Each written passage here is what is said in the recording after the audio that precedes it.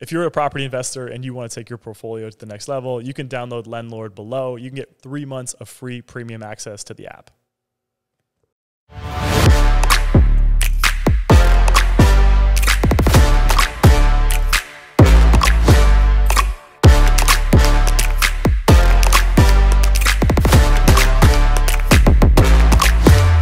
All right, guys, welcome back to the Canadian Real Estate Homefront Podcast. This is episode 30. I'm joined with Brooke Hicks, as always, and we are excited to get into this episode, just like every other episode. Yeah. Episode 30, that episode flew 30. by. I know. Remember the headaches that we had? And guys, the very beginning of this podcast, we'll share the story because it's episode 30. We were in a studio, not this one, because this studio is great.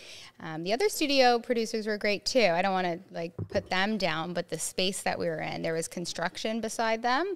So during our podcast, we had to stop every couple of minutes because there'd be the loudest banging that Cortez got so frustrated that he went over to them and said, "Hey, we're trying to shoot a podcast in here. Can you guys quiet down?" That was so funny. A lot of headaches getting here, but and now, they did. Yeah, they did quiet down. But anyways, they listened to it. We're here now. They were scared of you.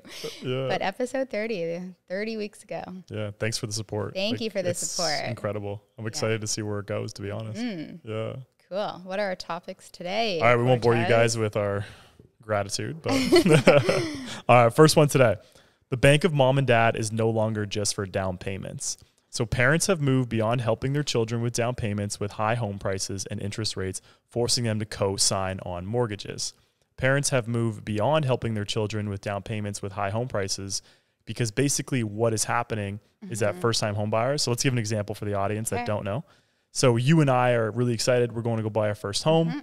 We can only qualify for $600,000. We're like, oh, we'll never be able to afford a home because homes are selling for $700,000 or $800,000. So your dad is still working. What will happen is he will co-sign on the mortgage. Basically, what will happen is the bank will consider his income and he will be liable for the mortgage as well. Yep.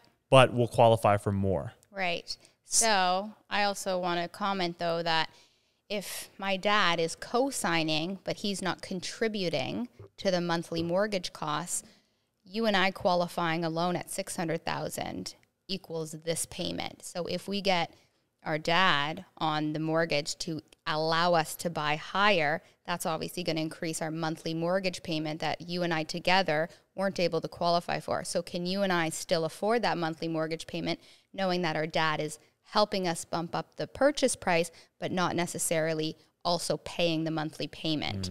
Is that smart for us to do, to bump our payment up? Most likely, because you get stress tested at 2 points higher, you're most likely looking at that and saying, oh, we can afford that payment. Yeah. That's probably what's going on. My kind of beef with it is that are we artificially inflating the market by allowing parents to co-sign? Do you think that, because I've heard it a lot, right? I've heard it a lot of times that we've had to get, parents on title and help out. And yeah, because otherwise you wouldn't be qualifying. You wouldn't be buying a house in that specific area. Right. So do you think it's right? I don't know. It's a tough one to answer because I do think that there's some validity behind it. But also it's, are we artificially pushing up prices in that area? Well, I think it's very similar to parents gifting their children the down payment. They wouldn't have otherwise been able to afford or qualify. Sometimes with the larger down payment, you can qualify for more. So I think it's probably fairly similar. Yeah. Whether it's a cosign or a gift to put down more, because if mom and dad give you $100,000, that can go towards the down payment. You can afford more if you're qualified for less. That makes up the difference in purchase price versus mortgage pre-approval price. But yeah, touch on that really quick. So basically what happens is obviously mom and dad are helping you out. They're giving you more money. But when you have that 20% down, what happens is you don't have to pay the CMHC insurance. And also instead of getting a 25-year amortization, you're now getting a 30-year amortization. Yeah. So your payments kind of go less monthly when you do get that gift from your parents. Yeah. But so, and it's almost sounds backwards, when you have 20% down versus 5% down, your rate is higher than if it's at 20%. At 20%. Yeah. And the reason why is if you put down less than 20% in Canada, you are less than 20%, as I said, less than 20% in Canada, you are required to pay the CMHC mortgage default insurance. And because there's insurance backed on your mortgage, so if you don't pay it, the lender gets paid back by the CMHC insurance, they're able to offer a lower rate because it's insured, right? Whereas if you put 20% down, you don't need to pay the mortgage default insurance. There is a little bit more risk because if you default, even though you do have more money in it, the lender isn't insured. Right? So it's kind of backwards. You put more down, you get a higher rate, but it's not too much different. I would still recommend putting down the larger payment if you can. It's always better to have more skin in the game for sure.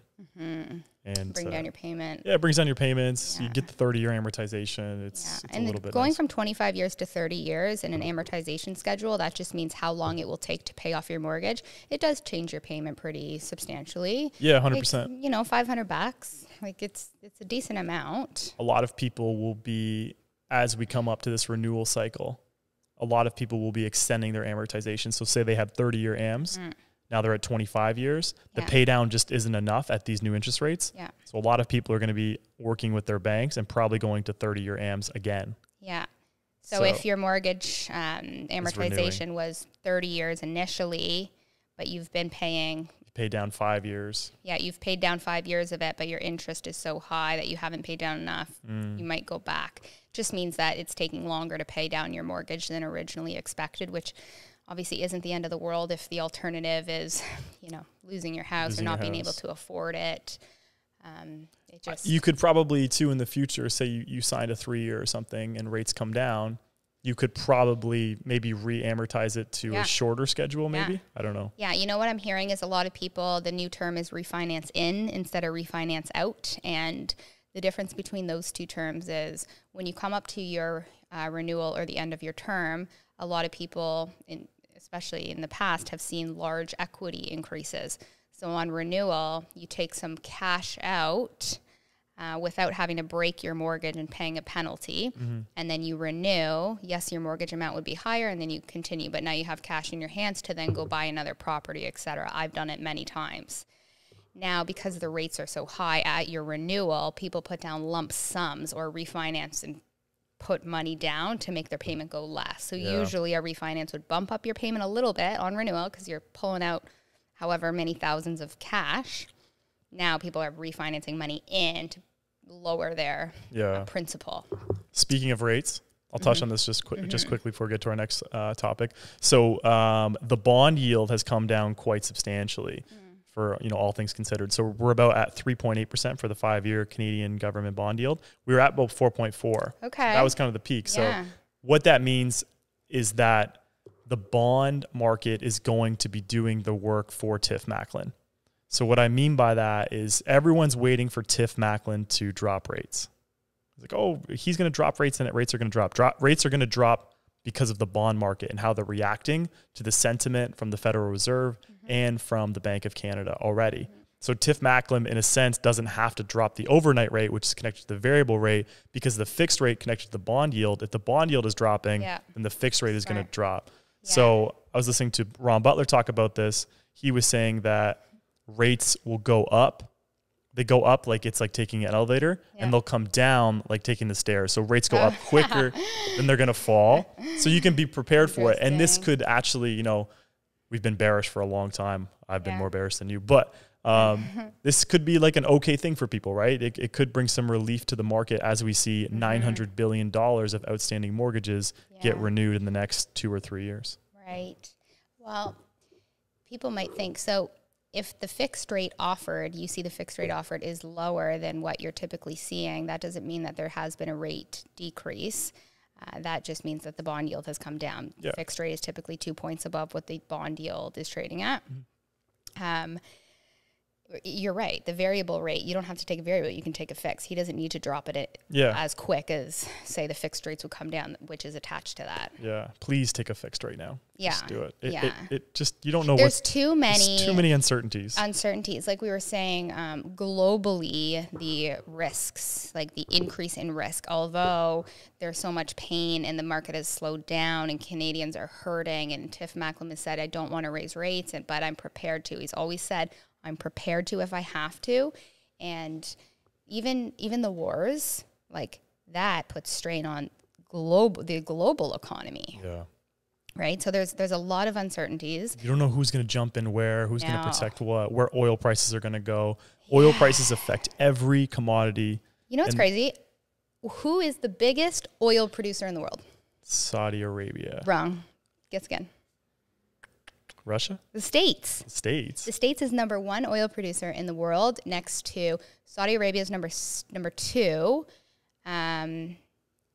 And then there's Iran. Canada's number 5. And what was number 4? Russia, probably. Russia's up there. Maybe it was Russia. Yeah. But the States is number 1 oil producer. Isn't that interesting? Yeah. Because we're talking about the wars in where Russia's among that top 5, and Saudi Arabia and Iran, which a lot of turbulation going on over there. So people are thinking, well, oil prices that could skyrocket, and supply chain with oil and gas and everything. But our brother down there, number 1, people don't think that. I really want to dive deeper on oil and understand the whole process better. Well, this came up because my grandpa, who is a huge Trump supporter, and good for him, he has his reasons, but my dad doesn't like Trump. So it's funny because it's father and son, and I listen to that. My 93-year-old grandpa is like, Biden isn't producing enough oil. And my dad responded to him saying, well, I think he is. And so they looked it up, and they like fact checked that the U.S. is number 1. And I just heard their banter going back and forth on oil production and all of that. So we can dive into that at another time, but I didn't know that. Yeah. I'm going to look into, when I... Yeah, I know. Like a Cortez subject, I'm going to look into it more. Yeah, now I'm like itching to I'll research. circle back on that next week. All right. Well, we'll circle back on that. I kind of want to talk about what Canada produces and why our gas prices are so high. I'll do that next week. Well. No, don't spoil it. I have so much to say. Wait till next week. Add to the notes for once in your life.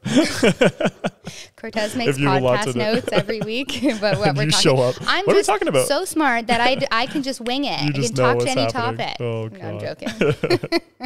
All right. This one was just a head scratcher. A head scratch. A knee slapper.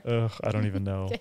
Canada's immigration planning will now take into account housing, healthcare, and infrastructure, the minister says.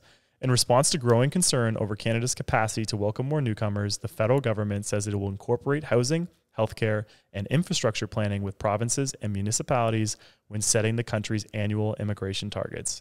We aim to build a system that is easier to navigate with an inclusive and coordinated plan that aligns our immigration programs and policies with the needs of our country. His name is Mark Miller. As we move forward, the people who come to Canada will continue to be at the heart of our work, whether they wish to work, study, or call this place home. Just a quick question here. Why were they not considering this before? Why are you considering this now? That's all nonsense to me, hearing that we plan to have the immigrants and Canadians' best interest at mind. Of course, he's going to say that there's an election coming up. Well, they're just getting crushed in the polls. Stop. And it's like stop all. And this is the same guy who said that foreign students are a lucrative asset. I might be butchering what he said, but he said that in the House of Commons, and you're just like, what did you just say? Like it's just like a head scratcher. So what were you doing as before? Yeah. When you were just flooding the gates with immigrants in, and you weren't considering the strain it could put on housing, on healthcare, on infrastructure. And now you're coming out just to say we plan to have your best interest. Okay, side note, the housing minister and Pierre Poilievre, they look uncanny alike. I don't know if anybody sees that or not, but I don't see that. What? They look identical. The tall guy? Maybe it's not. No, it's the housing minister. Yeah, the housing. Pierre Poilievre. They're like twins. The housing minister of the Liberal Party? No. Maybe I'm getting.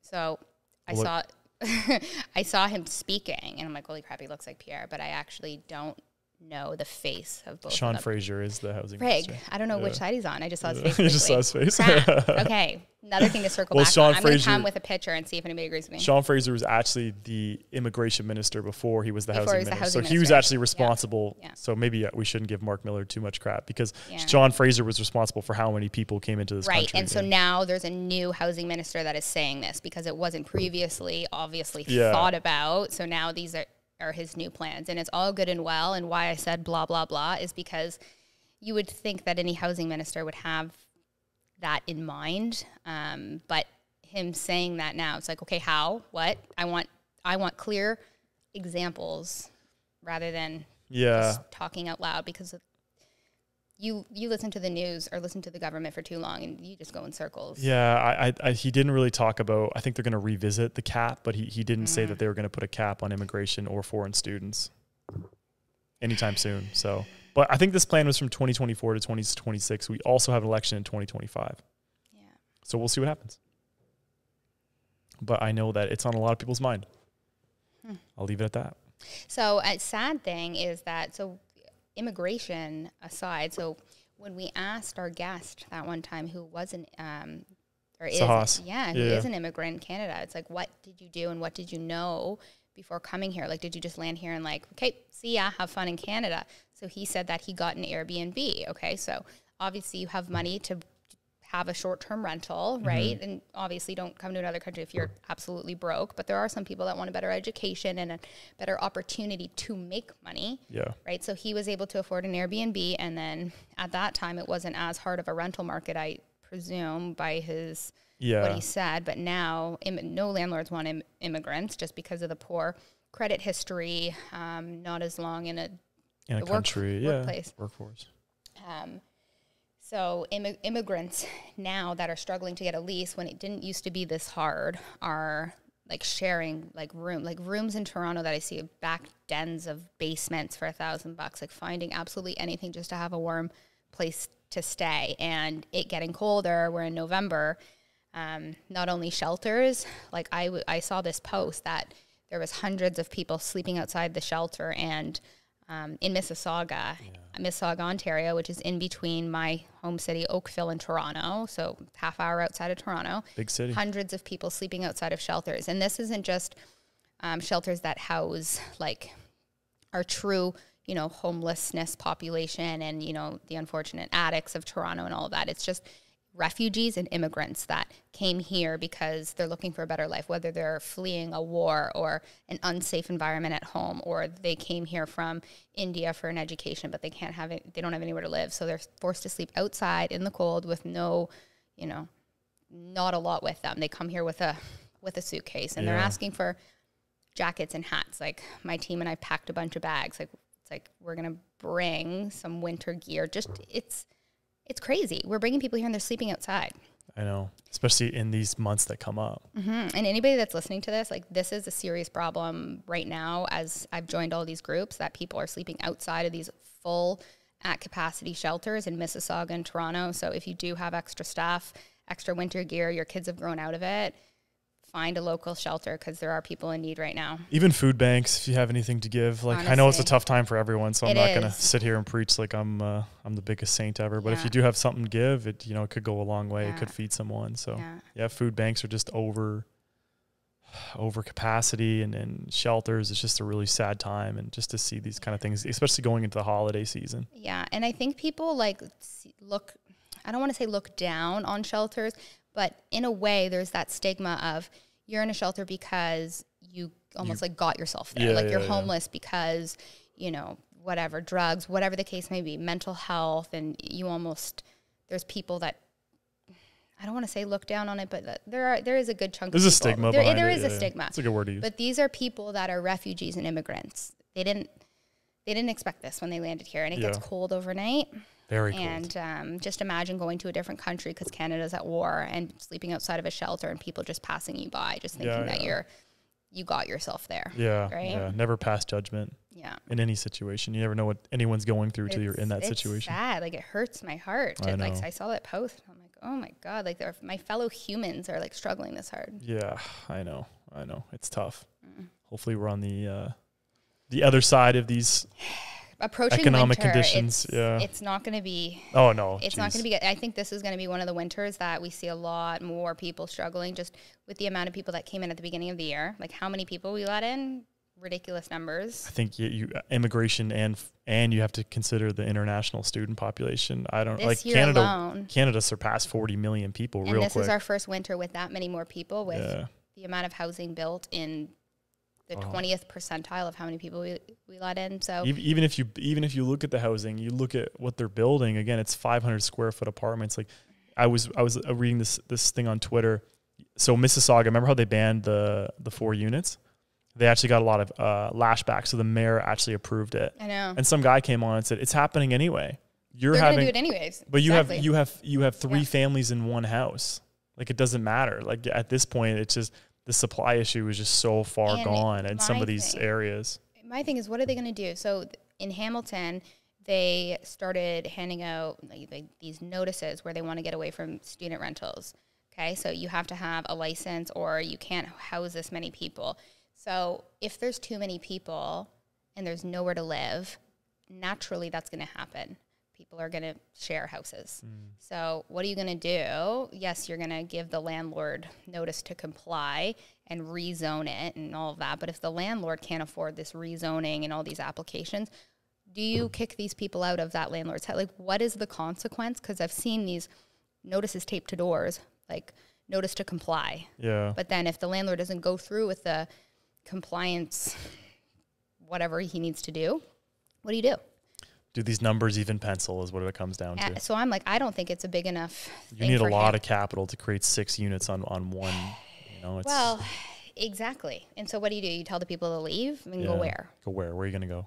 Yeah. And like, what's the consequence if they don't leave? Yeah. I don't know. So people are doing it anyways. Housing's a mess. It is a bloody mess. So crappy. Well, some good news for buyers. Okay. GTA home sales flatline as buyers remain uncertain. Hey, this is my dad speaking, and I don't know where he gets where he gets his information from. Dads somehow get information from a different source than like we. You ever see like a dad just like tell you something, and it's like, is that right? And they're so confident. Did you make that up? He said that GTA prices went up 1%. Yeah. He must have read that. He's not making that up. No, I don't think he was wrong. Here, I'll read it here. Home sales in the greater Toronto area refused to budge in October as buyers kept to the sidelines amid a lack of both uncertain and affordability. Just 4,646 sales were recorded last month across the GTA, according to the Toronto Real Estate Board, marking a change of just 2 sales from the prior month. Wow. On a seasonally adjusted basis, however, low. Sales edged up lower compared to September. Compared to this time last year, sales were also falling 5.8%. So I don't think prices declined that much. Months of inventory did move up. That's a kind of, I think it was 2.2 and now it's 2.6 months of inventory. So for people that don't know, it's which isn't even bad. People are freaking out. No, that's not bad at all. I think the average is 5 months. Like that's like a balanced market is 5 months of inventory. Crap. I've been a real estate agent since 2017. Yeah, you've been. I've never seen a 5 month inventory. So what that means is if no new listings came to the market as of today, it would take 5 months to sell off every single house, 5 months of inventory. To get absorbed. So that's what it means. And then you measure whether it's a buyer's market or a seller's market based on months of inventory. And that just means if you don't list anything else, how long does it take? So in a seller's market, that number is lower because say it's 1 month, then it only takes 1 month to absorb all of the inventory if no new listings are put on the market. And then obviously longer, 5 months, 6 months, 7 months, that means there's a lot more inventory and not as many buyers. Takes longer. That means it's a buyer's market just for reference. For reference. Yeah. So prices aren't coming down per se. It's a month over month basis. Like you can't look at housing like you look at your stock portfolio. These things take time. Mm-hmm. I think we're still in for a cold winter in real estate. I think sales will be low. There'll be some forced sellers. I know the conversations that I'm having with people are variable rate holders. People who, their mortgage went from $3,000 a month to $5,500 roughly. So there has been huge. Mine went from 4,200 to 6,700. If anybody cares. Yeah, Jesus. But I cry myself to sleep. Am I gonna make? Mom, can I sleep over tonight? Mom, can I sleep in your basement? I need to rent out my house. But all things considered, definitely some pain out there. Mm-hmm. Feel for all you people. Yeah. Try and weather the storm. Hopefully there's blue skies ahead, but buckle down this winter because I don't think it's going to get too pretty. Buckle down and bundle up. Yeah, that's a good one. Buckle up. Buckle down and bundle up. It should be our tagline. It is. It's a good one. However, it was 17 degrees today in November. November 3rd, we are at 4th? 3rd. November 3rd. 17. Yeah. I had to turn the air conditioning on in my car. I know. I was looking at, I did too today actually, because I had my new Zara coat on and I was hot. But I saw someone post about Alberta, and it was 15 degrees in Toronto. And it was negative 15 in Alberta. And they're like, that's why the real estate's so cheap. I'm like, so it's not like we live in Miami, but it is weird. When I was a kid, it was like snowing by now. Do you remember? Yeah. Like, however, Calgary is different than Edmonton. Like Calgary can get really warm and really cold. And it's like the mountain, what do they call it? Like drift or something. If you're in Calgary and I'm totally butchering that, feel free to call me a loser. But there's something different about Calgary. Yes, it's way more south than Edmonton, so there's that. But Calgary's weather changes is pretty like up and down. So when Toronto's freezing, Calgary can actually be really warm. So I'm not surprised to hear that change. Like it's a 30-degree difference. That's interesting. Yeah, it's weird. I didn't find this summer to be as hot in Toronto as last summer. But I do feel as if like September and October were like unusually beautiful. And even right now, week that it was frozen everywhere. Yeah. And then it was like hot again. It's so weird. Know. It's so back and forth. I'm okay with life. I'm okay with my high mortgage payment when it's nice outside. But when I have a high mortgage payment and it's freezing outside, like, why do I do this? Why? Why do I live here? What is going on? But anyway. Yeah, I think so. Actually, just to bring up a point, I was at their listing appointment in Halton Hills the other day, and they straight up asked me, do you think we should wait till spring? Because it is a crappy market right now. And historically, when it's cold, the market slows down a little bit. People don't want to move in the dead of winter. If you sell now, 2 to 3 month closing, you're moving in the dead of winter. Typically, spring is better for sellers. It just is. However, now thinking about it, going off of historical data might not be the best way to approach things, because if you look at how many people are coming up to their mortgage renewal, and not a lot of listings right now. Like inventory is creeping up, but in the grand scheme, not a lot of listings. So your leverage right now is if you have a unique property and there's nothing crazy comparable like it, there's your leverage. It is not the best market, but good properties are selling. Right. See these mortgage renewals come up, now more inventory. Say there's a distressed seller and they take a low ball. They're setting a new precedent for your street. You don't want that comparable price that's way lower than what you think you can get now. And with more inventory on the market, obviously, that gives buyers even more choice that, can creep things downwards. I don't think we're going to see any sort of huge crash. I think, like you said, we're going to trade sideways, but, 5% dip here. Yeah, when I say sideways, that's what I mean. 5% dip here, 5% increase here. One seller gets a crazy high price. One seller takes a distressed price. Like, that's what I think. So I don't think waiting is the right move. No, and you know what? Look at your carrying costs. Like that's the biggest thing. It's like people are like, I want to wait till spring. It's like, I mean, if you really want to wait and see what happens, what's your mortgage payment now? You're not gonna make that much more money, regardless if you wait till spring. If you wait 6 months and your mortgage payment is $5,000, that's $30,000. So you're saying you have to make $30,000 plus another $30,000, let's say, to make it worthwhile to wait. So you think your property's going up $60,000. What's your property worth? Like, you think your property's going up 10%, even 5% if your property's worth 1.2? Yeah. No. Even if you're mortgage free, right? Like, I go in and tell people too, like, hey, your house is worth $700K. Look at all these comps. This is how I got to that. Again, you're the boss. You get to pick it. Yeah. And then they say, okay, let's go at 700. We'd be happy to walk away with that kind of money. Then I don't get paid or you don't get paid. We stage, we drone, we photo, we video. You have no risk basically at selling your home until you get an offer that you're okay with. Exactly. So if you want to test the market now at your walkaway price, if it is realistic, right? It's not like seeing pigs fly. Yeah. Then why don't you just do it now? Why are you going to wait till the spring when there could be even more competition? Exactly. But if you think the risk is on your agent, make sure your agent puts in the same amount of work as they do when they know your house is going to sell, though, because there's a lot of vacant houses I'm seeing. In COVID, every house was staged. Every single house was staged. Now it's like tenants' belongings and just like not clean and stuff. And it's tough because agents have to fork out some money to list your house. It's an investment. For sure. So I'm seeing a lot of poorly listed listings right now.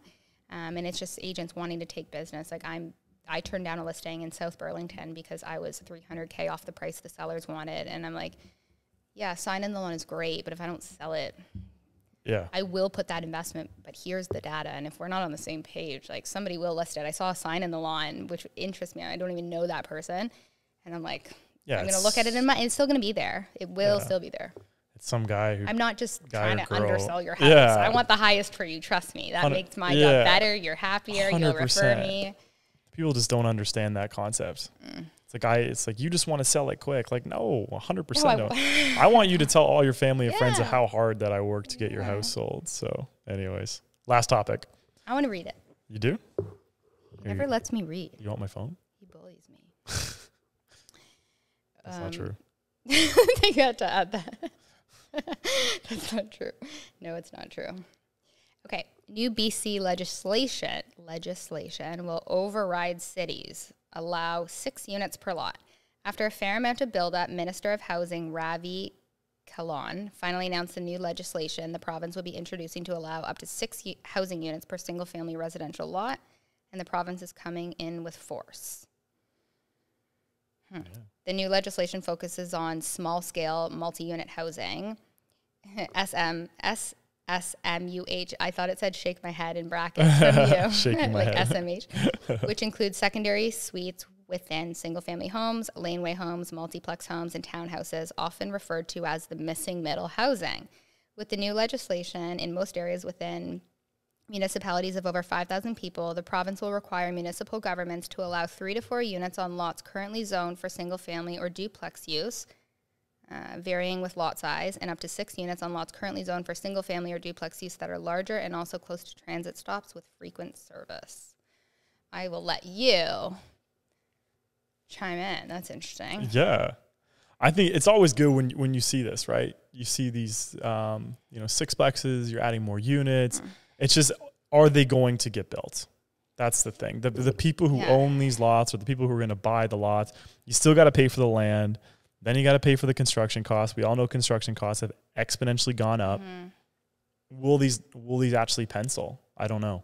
So I think the process to which your approvals and no more red tape to get to that point, if that is streamlined, okay, great, you're allowing me 6 units. It's going to take me 6 years to get to the point of you telling me to break seriously. ground. Yeah. Streamline that process, I think they'll be built. And you There's know what? enough people with money. We need to use technology to apply for permits and to submit everything. There's too much human error. There's too much. It's too long, right? It just takes way too long. It would be, maybe I'm dreaming, but it would be amazing if you had AI and you submitted your plans and the AI could tell, okay, this makes sense. This is all going to work.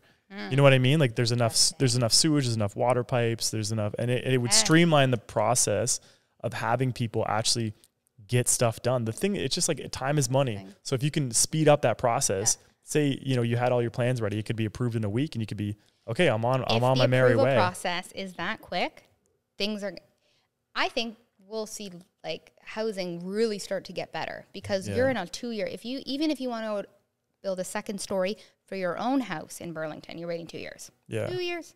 So you streamline that process, you're going to see improvements. And call me crazy, but remember the days you used to call a cab and you'd be waiting there. Now it's you're at a party, you go on your phone, you hit Uber, it's there in 2 minutes. It just has to happen. And once it happens, people get used to it. Yeah. That's the beautiful thing about technology. It makes things deflationary. Yeah. Hey, I think it would help substantially. And I don't know why it's such a long, drawn-out process because it seems like an obvious idea. However, we say, oh, AI can do it. Obviously, I have no idea how AI works. But if there's a smart engineer out there, please do it. Somebody smart, build this. Somebody's way smarter than me to do this. It seems so obvious, but if it was that obvious, then somebody would do it maybe or build it, as if. I think they were talking about it, though. One of their plans was to have, to use technology to speed up the process of permitting. So let's see if it happens. I think it would be awesome, honestly. If they allow 6+, awesome. Yeah. Nobody, is that just saying, oh, we're allowing it, but there's still going to be a lineup of permit applications, and you're not really moving the needle. You're not doing anything. Yeah. You're allowing it, great. For a couple to be built in 6 years, allow it now. People are struggling. People will. Yeah, and builders who have the capital and they're incentivized and the margins are there are going to build it. And especially the margins will be there for builders to do this. These sixplexes rents are high. Let me just throw that out there. Yeah. The margins for these massive towers and bigger units, maybe not, but a 6-plex, I feel like the margins would be there. I hope so. I feel like they would be. I hope so. You know, rent out 6 units at $2,000 a pop in Hamilton, which is low for rent, but I'm just being modest here. Yeah, 2, 4, 6, 8, 10, 12. I don't know. You like, obviously you're going to be paid back slowly. $12,000 a month times, 5 years. Like you're looking after 5 years purely profit. Like obviously you have your expenses, but I mean, your construction is paid off. Like, okay, maybe I'm wrong. Maybe it costs way more than $600,000 to build it, but I just mean, it would probably cost you, over $1 million. But it's still 10 years, whatever. Yeah. And I'm saying $2,000. Let's call it $3,000 a pop. Rent's higher. There you go. Before we finish here, I just wanted to, we were talking about this last week about the rent rules. Remember we texted about this? Mm-hmm. So you can actually, if your building is built after November 2018, I believe, remember we thought that you could only raise rent to market rent? Mm-hmm. You can raise it to whatever you want. So if you're paying $3,000. Okay, wait, no, you can't raise it to whatever. Yes, you can. No, if a tenant is in it, you can't. After a year, you can raise it to whatever you want. After the contract term, you can raise it to whatever you want. But if a tenant is in it, you can raise it to market rent. Or No, whatever you want. I can say you have to pay me $10,000, and they go no, and then you just serve them notice that they have to move out, even if it's absolutely unreasonable. My understanding. No, I sent you this. You didn't read it. I sent you this exact thing, and you didn't read it. Your understanding is wrong. Because I said to you, I said, we talked about this on the podcast. I can't believe this is actually what you can do. No. Because that's why the girls on the news were outraged, because they were paying $3,000 and then they went to $7,000. And that's why they were outraged. But he can do that. The landlord could do that. If they wouldn't pay, they're out. I'm going to fact check this, guys. You can, because I sent it to you, screenshot, and said, wow, I can't believe this is real. And I'm like, wow. And I actually sent that. And you were like, yeah, that's so cool. So you definitely didn't read what I sent you. Anyways, that's cool story. If I'm wrong, if there's someone out there who comments down below and says that you're out to lunch, let me know. But maybe don't rent in a building built after November 2018. Other fun fact, I have not raised my rent on my tenants in 2 years. Wow. Hooray for the best landlord, and my mortgage has gone up. But you know what? I like them. And every time I visit them, they're like cleaning or doing paint by numbers and listening to spa music. So you guys just stay there. Yeah, stay put. We love you. We love you. And then, what's funny is that I'm like, what the frig? They always pay rent on time. So it's after the 1st. And I'm like, these guys didn't pay rent. I'm like, they're my dream tenants. What happened? And I'm like, I'm going to message them. So I'm like, hey guys, like just making sure like you remembered. And they're like, we sent it 5 days ago. And then my admin had set up an auto deposit to my email, to my corporation, when usually it goes to my TD. So they had deposited it 5 days ago. And I'm like, where's my rent? Oh my God. They're like, we paid it 5 days ago. Sorry about that. Anyways, that's a wrap. Thanks so much for watching, guys. If you're on YouTube, please like and subscribe. The subscribers are growing. It's so awesome. And I got called out from someone. I keep saying Apple Music. It's Apple Podcasts. So if you're on Apple Podcasts, please leave us a review. Somebody called you. And if you're on Spotify, please leave us a review too. You can follow us there as well. You can get Spotify followers, which is cool. And all of our short form stuff, we love the short form. We're on Instagram at Canadian Real Estate Homefront, and TikTok and YouTube Shorts. And you can DM us. I've actually gotten a few people ask me questions about last week's podcast. Yeah. About my rent, how I furnished my rental apartments, and then a couple other things. Please do it. You guys make me feel useful in a very slow market, so I really like it, and encourage you to talk to me. Yeah, and work with us too. If you love our podcast, and we work together now. Yeah, if you want to work with us, we're in Hamilton, Burlington, Oakville, surrounding areas as well. And we have if you're not sure and you want to just book a call with us, we'd be happy to chat. We can refer you to someone if we don't feel like we can service your neighborhood properly, and we are pretty honest. So if we don't know, we're very honest. If we don't know, I will definitely tell you I cannot sell your place in Saskatoon, but I can refer you to someone who's pretty smart that can. All right. Until next week. Thanks so much for watching. See ya. Bye.